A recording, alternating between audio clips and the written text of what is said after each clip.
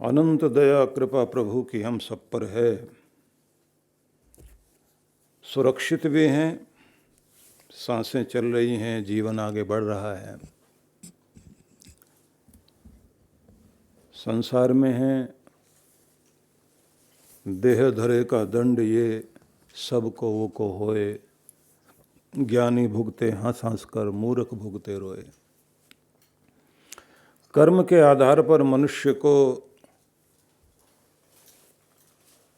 यह तन मिला है। इस पृथ्वी ग्रह पर कुछ सांसें लेकर हम ये पूंजी लेकर आए हैं। रिश्तों का एक मेला मिला है। इस मेले में कब कौन बिछड़ जाए, यात्रा आगे चलती रहेगी और ये सांस का सफ़र कहीं न कहीं तो रुकता ही है। यात्रा कहीं रुकेगी नहीं, क्योंकि जन्म जन्मांतर की यात्रा है ये। लेकिन मन में आता है कि हम कहाँ के लिए चले हैं और कहाँ जाना चाहते हैं। जब ये मन में बात आती है तो आपको खुद ही अपने आप अपने अंदर से उत्तर मिलता है कि हम सब दुख से बचना चाहते हैं और पूर्ण सुख, शांति, आनंद, तृप्ति, निर्भयता, निश्चिंतता, स्वतंत्रता पाना चाहते हैं। पूर्ण स्वतंत्र। इसी पूर्ण स्वतंत्रता को मुक्ति कहते हैं। मुक्त हो जाना, बंधन मुक्त होना। बंधन देह का भी छूट जाए। हमारा शरीर जो है, इसके अंदर सूक्ष्म शरीर है, 17 तत्वों का ये समुदाय है और इसमें हमारी स्मृतियां भी होती हैं। हमारे अंदर जितने भी हमने कर्म किए, उन सब के बीज, उनकी सब की यादें हमारे चित्त में रहती हैं। अनकॉन्शियस माइंड कह लीजिए आप। कॉन्शियस माइंड, सब conscious mind, unconscious mind, memory bank. मनोविज्ञान जो आधुनिक कहता है, लेकिन हम अपनी दृष्टि से कहें तो हमारा जो अंतःकरण है, मन, बुद्धि, चित्त, अहंकार। अहम तत्व आपको बताता है कि मैं कुछ हूँ। चित्त कहता है कि जो कुछ तुम कर रहे हो वो सब मैं अपने अंदर लिख रहा हूँ या अंकित कर रहा हूँ। ये चित्रगुप्त अंदर ही बैठे हुए हैं। मन है जिसका काम है विचार उत्पन्न करना, और ये भी दो ही तरह के विचार उत्पन्न करता है, एक पॉजिटिव और एक नेगेटिव, जिसको संकल्प और विकल्प कहते हैं। संकल्प विकल्पात्मकम मनः। मन संकल्प और विकल्प का रूप है। ये अंधेरे की बात भी करेगा, रोशनी की भी बात करेगी, आशा की बात भी करेगा, निराशा की बात भी करेगा, उन्नति की बात भी करेगा, अवनति की बात भी करेगा, जीतने की बात भी करेगा, हारने की बात भी करेगा, संयोग की बात भी करेगा, वियोग की भी बात करेगा। पाना, खोना, लेना, देना, आना, जाना, ये जितनी भी चीज़ें एक दूसरे से विपरीत हैं, इन सब तरह के विचारों को मन अपने अंदर से उत्पन्न करता है। इनके पीछे एक जज बैठा हुआ जिसका नाम है बुद्धि, जिसका नाम है अक्ल। उसको कहते हैं धारणावती बुद्धि, निश्चयात्मिका बुद्धि। जो निश्चय करे, डिसीजन ले, डिसाइड करे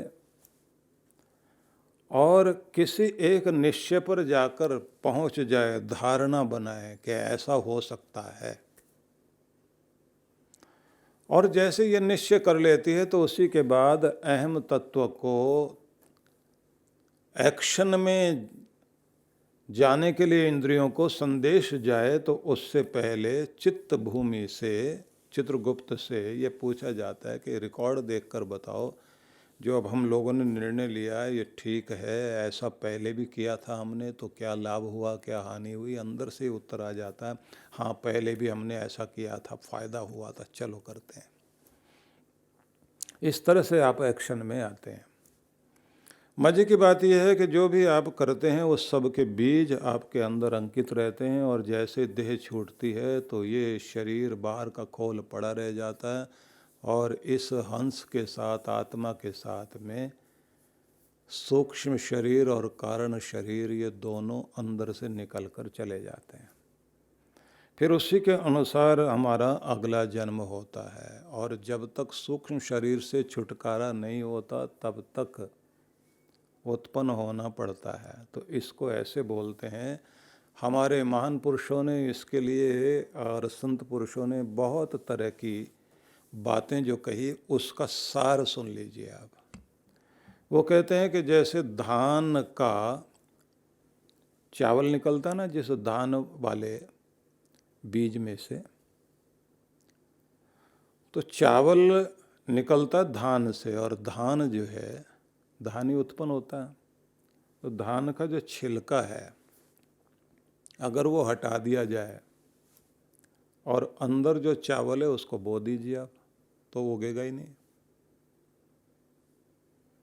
ऐसे समझ लीजिए आप, चना है आपके पास में, चने को भिगोकर और उसका जो है छिलका उतार दो, कैसे भी उतार दो आप, उसके बाद बो के देखिए आप, उगेगा क्या? नहीं उगेगा। उड़द है, उसका छिलका उतार दीजिए, फिर उगता नहीं। आपके अंदर भी आपकी आत्मा के साथ सूक्ष्म शरीर छिलके की तरह से साथ जा रहा, इसको बोलते हैं आवरण। इसे हटा दीजिए आप, फिर आप मुक्त हो गए। फिर वहीं से शुरू करते हैं कि हमारी ये यात्रा लगातार जारी है, क्योंकि सूक्ष्म शरीर साथ में है। कर्मों का लेखा इसी के आधार पर तय होता है। हमारे कर्मों के बीज हमारे साथ जुड़े हुए हैं। महान पुरुष लोग कहते हैं कि इन कर्मों के बीज को जला दिया जाए, किसी भी बीज को भून दिया जाए तो फिर वो उगता नहीं। तो ऐसे ही आप तपस्या के द्वारा अपने चित्त पर पड़े हुए सारी की सारी जितनी भी जन्म जन्मांतरों की बीजों की एक ढेरी लगी हुई है आपके अंदर, उसको जला दीजिए, भून दीजिए। उसके बाद आप देखिए कि ये उगता नहीं, मतलब फिर जन्म नहीं।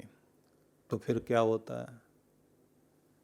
बोले फिर ये सुख दुख, रोना धोना, आना जाना, तड़पते रहना, इस सब से मुक्त होगे तो क्या होगा? आपका आत्म तत्व जो शरीर लेकर इस दुनिया में सुख को ढूंढता घूमता है, आनंद को पाने के लिए घूमता है, अनंत प्रेम को पाना चाहता है, किसी रिश्ते में पाना चाहता है। शादी होते ही आदमी कहता, दोस्त बनते ही आदमी कहता, तुम्हें पाकर मैं पूरा हो गया, अब और क्या पाना बाकी रह गया? तुमसे बढ़कर कौन है दुनिया में? थोड़े दिनों के बाद पता लगता है कि उसे पा करके तो और बुरा हो गया। आदमी का पीछा दुख छोड़ता ही नहीं। जिस आकर्षण में धन के लिए व्यक्ति न जाने क्या क्या करता रहा, वहाँ पहुँचने के बाद व्यक्ति कहता है कि ये तो मृग तृष्णा है। दूर से ही रेगिस्तान में पानी चमक रहा था, लेकिन था नहीं पानी, यहाँ शांति है ही नहीं। डॉक्टर रेमंड मोडी ने लाइफ आफ्टर डेथ नाम की पुस्तक लिखी, और लाइफ आफ्टर लाइफ नाम से उस व्यक्ति ने कुछ इस तरह के लेख लिखे जिसमें उसने ये समझाने की चेष्टा की कि जो लोग मर गए थे और फिर जिंदा हो गए, उन्होंने जो जिंदा होने के बाद बताया कि जब मर रहे थे तो क्या लग रहा था तुम्हें। जिनको पिछले जन्म की यादें थी उनसे उन्होंने इंटरव्यू लिए। जो मर रहा था आदमी, उसके रिश्तेदार उसको बैठे हुए देख रहे थे, वो कुछ बोल रहा था, तो ऐसे लोगों के इंटरव्यू लिए और उसके बाद उसने सबको एक जगह जोड़ा। जोड़ने के बाद एक बात कही अजीब, उसने कहा ज़्यादातर लोगों का ये कहना था कि जब शरीर छूट रहा था तो एक बहुत तेज प्रकाश हमने सामने देखा, महसूस किया। वो ऐसा प्रकाश नहीं है जैसे सूरज और चांद का होता है। वो रोशनी तो बहुत मोहक थी, जैसे पतंगे जो हैं वो उड़ करके रोशनी में जलते हैं ना, ऐसे आत्मा जो है, रूह, सोल हमारी जो है उसकी तरफ जाती है और ऐसे सोचती है जैसे यही तो है जिसे मैं पाना चाह रहा था। उसी में आनंद की तरंगें हैं, उसी में निर्भयता की तरंगें हैं, उसी में शक्ति की तरंगें हैं, उसी में संपन्नता की तरंगें हैं, उसी में सब कुछ है। और व्यक्ति उधर की तरफ, आत्मा उधर की तरफ दौड़ता है, और उसका मोह, उसका आकर्षण इतना अद्भुत कि तृप्ति मिल रही होती है। और हमारे ग्रंथों में लिखा है कि जितने तरह के सुख दुनिया के हैं, सारे आनंद को एक जगह जोड़िए तो इसे आप कहोगे क्षणिक सुख। जिस चरम सुख पर पहुंचकर आपकी आंखें बंद हो जाती हैं और आप कहते हैं बस यहीं मैं रुका रह जाऊं, इसी स्वाद में, इसी आनंद में, इसी सुख चैन में, कहते हैं ये क्षण का सुख है, पलक झपकते जो खत्म होता है। लेकिन फिर भी सारी धरती का सारा सुख एक जगह जोड़िए और उसको करोड़ों करोड़ों गुना बढ़ा दो, उतना कहीं आनंद व्यक्ति को वहाँ मिलता है जब व्यक्ति मुक्त होकर अपने परमात्मा से जुड़ रहा होता है। और उस आनंद को भोगते भोगते, एक ग्रंथ में लिखा है कि 36,000 बार इस सृष्टि की उत्पत्ति हो और प्रलय हो, उतने समय तक वो मोक्ष का आनंद वो आत्मा भोगता है। और उसके बाद वो फिर आप्त पुरुष, वो मुक्त आत्माएं इस धरती का कल्याण करने के लिए फिर धरती पर आती हैं और इस धरती को कुछ देकर फिर वापस अपने आनंद में लौटती हैं। तो इसलिए आपको मैं वहीं लेकर चलता हूँ। गोस्वामी तुलसीदास जी महाराज के वचनों की तरफ हम लोग चल रहे थे और उन्होंने जो हमें कहा उस पर आप लोग चिंतन कर लीजिए। तुलसी राम सुममता, समता सब संसार, राग न रोष न दोष दुख, दास भय भव पार, दास भय भव पार। बाबा तुलसीदास जी ने कितनी सुंदर बात कही। तुलसी राम सो ममता, ममता मतलब प्रेम है। यहाँ अपने बच्चे के प्रति वात्सल्य ममता है, माँ वाली ममता। राम जी के प्रति, भगवान जी के प्रति, अपने प्रभु जिस भी नाम से आप पुकारते हैं, उससे तुम्हारा ममत्व इतना प्रेम हो जाए कि जैसे माँ अपने बच्चे को देखे बिना रह नहीं सकती, और बच्चे की मुस्कुराहट से ही उसके चेहरे पर मुस्कुराहट आती है। बच्चे की हरकतें देख देख कर आनंदित होती है। प्राण बच्चे में है, अपने ध्यान अपने बच्चे में है, काम कहीं भी करेगी ध्यान अपने बच्चे में ही रहता है। और जब छोटा होता है ना बच्चा, कोई युवती जब माँ बनती है उसकी तो दुनिया ही बदल जाती है। पूरा ध्यान ही अपने बच्चे में आ जाता है, फिर पूरी दुनिया सिमट कर उसमें आ जाती है। जिस व्यक्ति की ममता, जिसका प्रेम परमात्मा में सिमट कर आ जाए, धन को जितना प्यार करता है उससे कहीं ज़्यादा मूल्यवान भगवान को समझे। जैसे कोई पद प्रतिष्ठा के लिए व्याकुल रहता है तो व्यक्ति को लगे परम पद, परमात्मा की प्राप्ति ही सबसे बड़ा पद है। सबसे बड़ी सत्ता तो भगवान की सत्ता है, उसी पर बैठना है, वहीं पर जाना है। तो जब भगवान के प्रति प्रेम रहे, समता सब संसार, और संसार के प्रति समभाव आ जाए, पक्ष विपक्ष मतलब किसी से द्वेष, किसी से बैर, किसी से झगड़ा, ये सब खत्म हो जाए। या ऐसे कह लीजिए कि अपने जैसा सारे संसार को देखना आ जाए, अपने अंदर अपने भगवान को देखना आ जाए और सब में अपना आपा देखना आ जाए। राग न रोष न दोष दुख, दास भय भव पार। न राग रहे न रोष रहे, किसी को देख करके रोष आता है ना तो द्वेष हो, न राग रहे, न दोष देने की आदत, और न किसी बात को लेकर शोक मनाना, दुख मनाना। द्वंद्वों से ऊपर उठ जाओ, अपने जैसा सबको देखो, अपने हृदय में परमात्मा का प्रेम बसा लो, तो इस भव सागर से पार करना, पार होना बहुत कठिन माना जाता है। बाबा तुलसी कहते हैं दास भय भव पार। ऐसा जो दास होगा, ऐसा जो भक्त होगा, भव पार हो जाएगा। फिर उसको कोई भी चीज इस दुनिया में बांध नहीं सकेगी। और समझाने के लिए समझाया गया कि इस दुनिया के प्रति इतने ज़्यादा लगाव मत कर लेना। प्रेम के काबिल अगर कोई है तो अपना संपूर्ण प्रेम अपने परमात्मा को दीजिए। संसार के साथ प्रेम भाव रखो, दया भी, करुणा भी, मित्रता भी, पर आसक्ति मत रख लेना।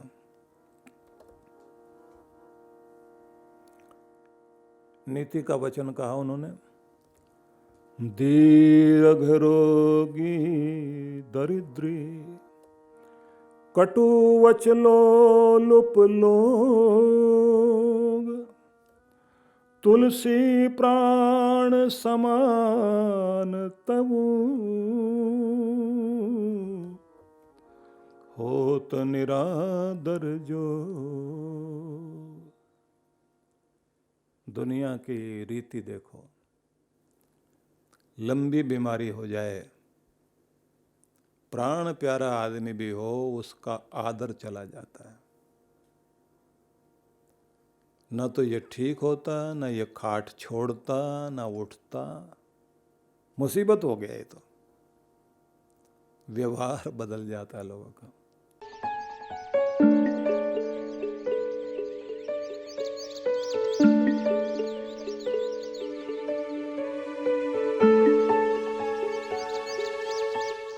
सद्गुरु श्री सुधांशु जी महाराज द्वारा मानव सेवा को समर्पित संस्था विश्व जागृति मिशन वर्ष 1991 से धर्म, समाज एवं मानवता की सेवा में संलग्न है। यह संस्था 90 मंडलों, सेवा केंद्रों के माध्यम से न केवल भारत अपितु देश के बाहर अनेक देशों में सेवा के कार्य कर रही है। संस्था की स्थापना से लेकर अब तक विगत 30 वर्षों में जहां लोगों को सन्मार्ग पर प्रेरित करने के उद्देश्य से गुरुवर ने 7000 से अधिक प्रवचन दिए हैं, वहीं देश के राज्य की राजधानियों व प्रमुख नगरों में लगभग 40 आश्रम, 25 मंदिर, सत्संग भवन व ध्यान साधना केंद्रों का निर्माण हुआ है। दिल्ली में करुणा सिंधु धर्मार्थ अस्पताल एवं फरीदाबाद के आरोग्य धाम अस्पताल में लाखों जरूरतमंद रोगियों का उपचार व ऑपरेशन किया गया है। अनाथ गरीब बच्चों के लिए सूरत में अनाथाश्रम, दिल्ली एवं कानपुर में गुरुकुल, फरीदाबाद में ज्ञानदीप विद्यालय, मुरादाबाद में सृजन प्राइमरी स्कूल, झारखंड के रुक्का खूंटी गांव में आदिवासी बच्चों के लिए 2 पब्लिक स्कूल समेत दिल्ली में उपदेशक महाविद्यालय भी बनाया गया है। इन शैक्षणिक संस्थाओं में लगभग 2500 बच्चों को शिक्षित व संस्कारित किया जाता है। दिल्ली के आनंदधाम आश्रम में जहां वृद्धाश्रम एवं वानप्रस्थ संचालित हैं, वहीं आश्रम की कामधेनु गौशाला में 125 गौओं की सेवा की जाती है। कामधेनु गौशाला की तरह ही देश के प्रमुख नगरों में 7 अन्य गौशालाएं भी संचालित हैं। साथ ही पूजा पाठ, यज्ञ अनुष्ठान से लोगों में धार्मिक भावना जागृत की जाती है। स्वाहा। ओम अग्नये सप्तजिह्वाय स्वाहा। ओम अग्नये हव्यवाहनाय स्वाहा। ओम अग्नये शोधनजाताय स्वाहा। गरीब जरूरतमंद महिलाओं को सक्षम बनाने के लिए जहां कई तरह के प्रशिक्षण दिए जाते हैं, वहीं गरीब कन्याओं के विवाह में सहयोग भी किया जाता है। प्राकृतिक आपदा जैसे कि बाढ़, भूकंप, तूफान आदि में जहां मिशन द्वारा प्रधानमंत्री राहत कोष में सहयोग किया जाता है, वहीं जैसे वर्तमान में चल रही महामारी कोरोना संकट काल में जरूरतमंदों को भोजन, राशन किट व सांसों के संकट से जूझ रहे जरूरतमंद मरीजों को देश विदेश से मंगाकर ऑक्सीजन कंसंट्रेटर बांटे गए। मानव सेवा को ईश्वर भक्ति मानते हुए सेवा परमो धर्म के भाव से विश्व जागृति मिशन के सेवा कार्य निरंतर जारी हैं। आइए मिशन के सेवा पथ पर बढ़ते कदमों में कदम से कदम मिलाकर चलें और मानवता की सेवा में दान सहयोग कर पुण्य के भागीदार बनें।